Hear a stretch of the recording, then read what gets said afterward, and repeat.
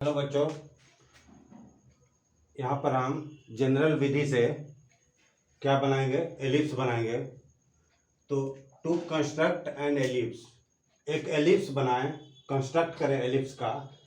When the distance of the focus from the directrix is equal to 50, यानी कि इसका directrix से focus तक के बीच की दूरी क्या है? 50 है। एक एलिप्स बनाना है जिसका कि डायरेक्ट्रिस्टिक से फोकस तक के बीच की दूरी 50 है। डिस्टेंस इसका कितना है? 50 है। 50 है mm, और साथ ही साथ इसेंट्रिसिटी यानी कि E बराबर 2/3। तो ये दोनों हमारे पास डाटा है। इन दोनों डाटा की सहायता से जनरल मेथड से हमें क्या बनाना है?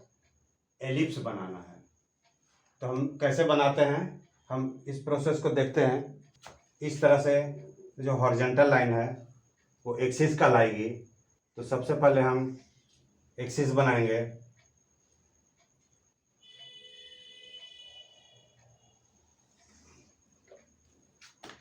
इसका नाम हम एक्सिस देंगे। एक्सिस देंगे। इस लाइन पर कहीं पर भी एक परपेंडिकुलर लाइन खींचेंगे। इस लाइन के परपेंडिकुलर एक लाइन खींचेंगे जिसका कि नाम हम डायरेक्ट्रिस्टिक देंगे। तो इसको हम परपेंडिकुलर लाइन खींचते हैं। परपेंडिकुलर खींचने के लिए हमें चूंकि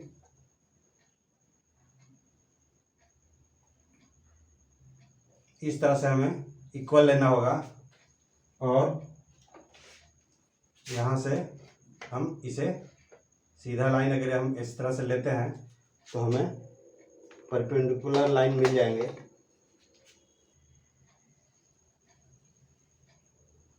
इसका नाम हम डायरेक्ट्रिस्टिक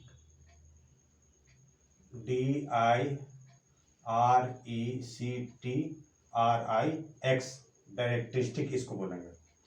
इसका नाम हम दे देते हैं। इसका नाम AB, इसे हम C और D से डिनोट करते हैं।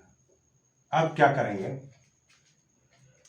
कि चूंकि कहता है कि इसका जो फोकस डायरेक्ट्रिस्टिक से फोकस के बीच की दूरी कितना है? 50 है, 50 है। तो हम यहाँ से 50 mm डिस्टेंस लेंगे। देखिए हम यहाँ से पचास कहाँ है? तो यहाँ पर है। तो यहाँ पर जहाँ पर कटा उसका नाम हम F देंगे। फोकस डायरेक्ट्रिस्टिक से फोकस के बीच की जो दूरी है वो 50 है। तो हमने यहाँ से यहाँ तक की दूरी 50 ले लिया। अब आगे क्या करते हैं? आगे चूंकि CF कितना है? तो CF हमारे पास कितना आया? 50। अब E बराबर चूंकि 2/3 है तो इसमें न्यूमरेटर और डिन्यूमरेटर को ऐड करेंगे। तो 2 + 3 = 5। तब हम इसे CF को 5 भाग में बांटेंगे। CF को हम 5 भाग में क्यों बांटेंगे? क्योंकि यहाँ लिखा हुआ है कि E बराबर 2/3। चूंकि न्यूमरेटर और डिन्यूमरेटर को जब प्लस करेंगे तो 5 आएंगे, इसलिए CF को हम 5 भाग में बांटेंगे। अब हम CF को 5 भाग में बांटेंगे। चूंकि CF हमें पता है 50 है, तो 1 भाग 10-10 का हमें मिल जाएगा।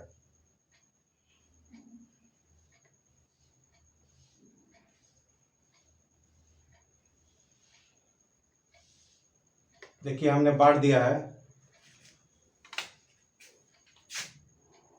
1 2 3 4 5, 5 भाग में हमने इसे बांट दिया। अब हम अगला पॉइंट भी लेंगे।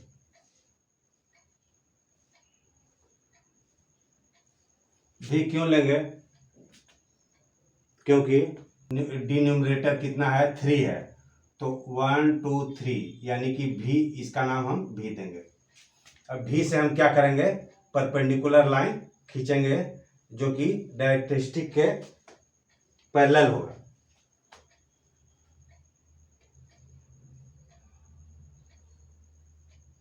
इस तरह से हम परपेंडिकुलर लाइन खींचेंगे।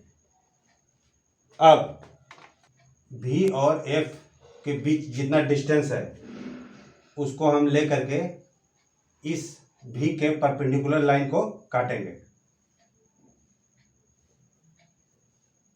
हम काटेंगे।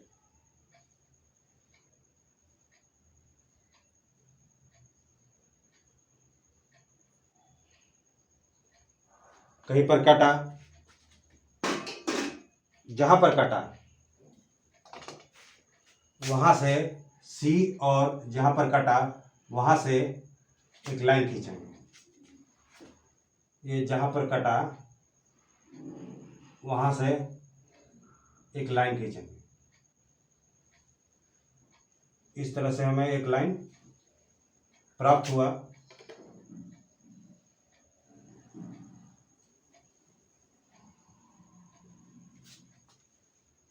भी और एफ के बीच में कहीं पर भी पॉइंट लेकर के इसके परपेंडिकुलर लाइन खींचेंगे।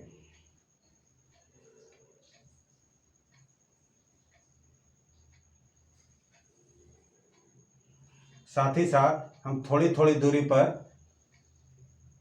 सी और डी के बीच में बहुत सारे लाइन परपेंडिकुलर लाइन खींचेंगे। इस तरह से बहुत सारे परपेंडिकुलर लाइन खींचेंगे।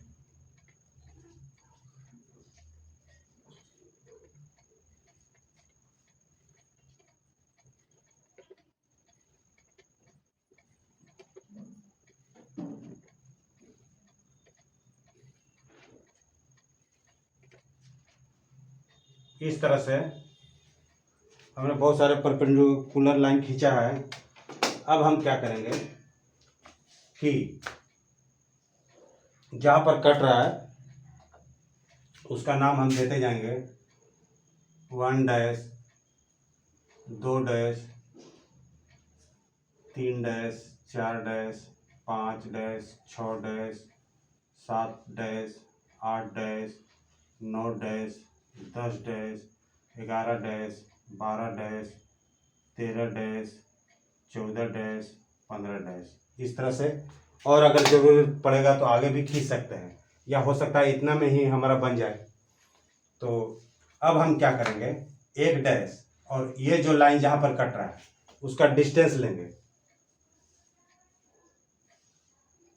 यहां से यहां तक के डिस्टेंस को हम मेजर करेंगे। ये जहां से कट रहा है, इस लाइन को काट रहा है, वहां से हम डिस्टेंस को लेंगे और फोकस पर रखकर, फोकस कहाँ है हमारे पास, फोकस 1 2 3 4 5, फोकस हमारे पास यहाँ पर है। तो यहाँ से लेकर के इस लाइन को हम ऐसे कट करेंगे ऊपर और साथ ही साथ नीचे, यहाँ रख करके हम ऊपर और नीचे काटेंगे। उसी तरह दूसरी दूरी को भी हम मेजर करेंगे और उसे फोकस पर रख करके दोनों तरफ काटेंगे।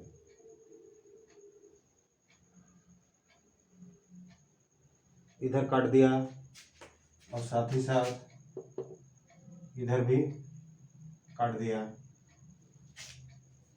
अब तीसरी दूरी को भी हम मेजर करेंगे और फोकस पर रखकर काटेंगे।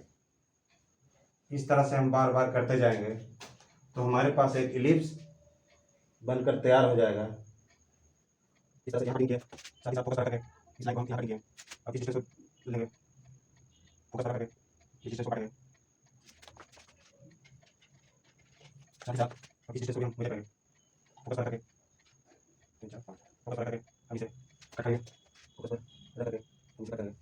साथ हम इसके डिस्टेंस को लेंगे, अब फोकस करके काटेंगे, साथ ही हम फोकस करके काटेंगे। अब हमारा डिस्टेंस को लेते हैं, अब फोकस करके इसे काटते हैं, फोकस करके इसे काटेंगे, हमारा डिस्टेंस हम ये लेते हैं, अब फोकस करके इसे काटते हैं। इस तरह से हम देख रहे हैं कि ये जो है एक एलिप्स का आकार ले रहा है।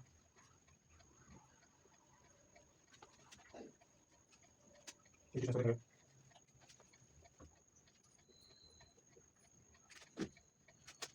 साथ ही साथ इसके डिस्टेंस को भी हम लेते हैं, इस तरह से हम करते जाएंगे। हमने जिसका डिस्टेंस नापा है उसी को काटेंगे।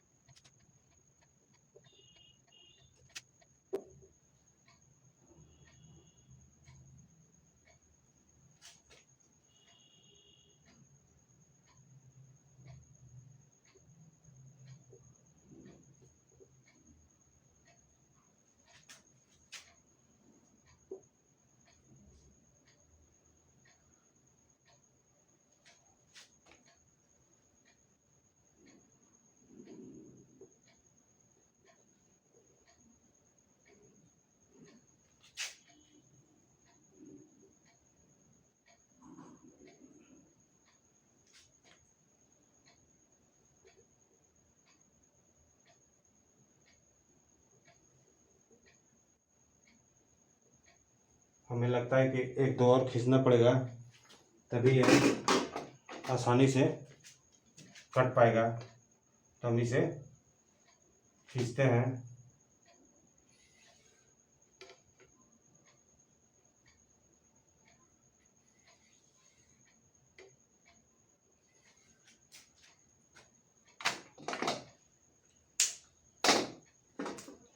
अब हम इसके डिस्टेंस को भी मेजर करेंगे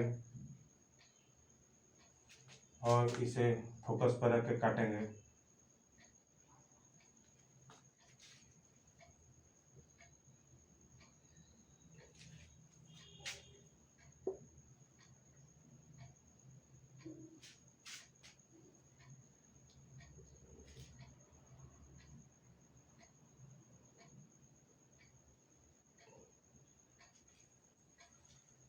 तो हमें प्राप्त हो गया है। अब हम क्या करेंगे, जहाँ जहाँ कट रहा है, जहाँ जहाँ यह काट रहा है, वहाँ पर हम पॉइंट देंगे। इस तरह से हम पॉइंट देते जाएंगे और सबको मिलाएंगे। मिलाने के लिए हम यहाँ पर फ्रेंच कर्व का इस्तेमाल करेंगे।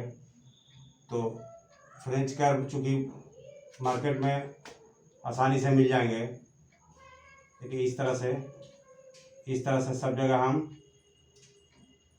डिनोट कर देंगे और इन सब को मिला करके हम एक एलिप्स तैयार करेंगे, जो कि जनरल विधि से हमें दिखाई देगा।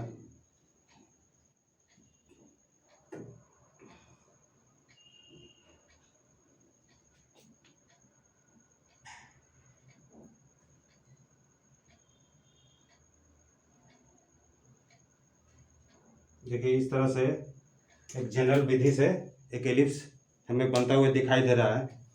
तो मार्केट में जब आप जाएंगे तो फ्रेंच कर्व इस तरह से आपको मिल जाएगा। फ्रेंच कर्व चूँकि प्लास्टिक का बना हुआ है, इसलिए बहुत अधिक इसका मूल्य नहीं है। ये आपको 100-150 से के अंदर में मिल जाएंगे। इसमें लिखा हुआ है सेट ऑफ 12 पीस। इसमें बहुत सारे पीस हैं। तो देखिए, इस तरह से दिखाई दे रहा है।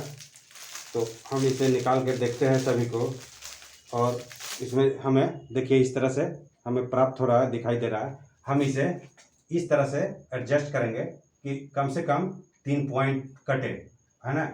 और 3 पॉइंट जहाँ पर कटेंगे वहाँ पर इसे रख करके पेंसिल से मिलाते जाएंगे।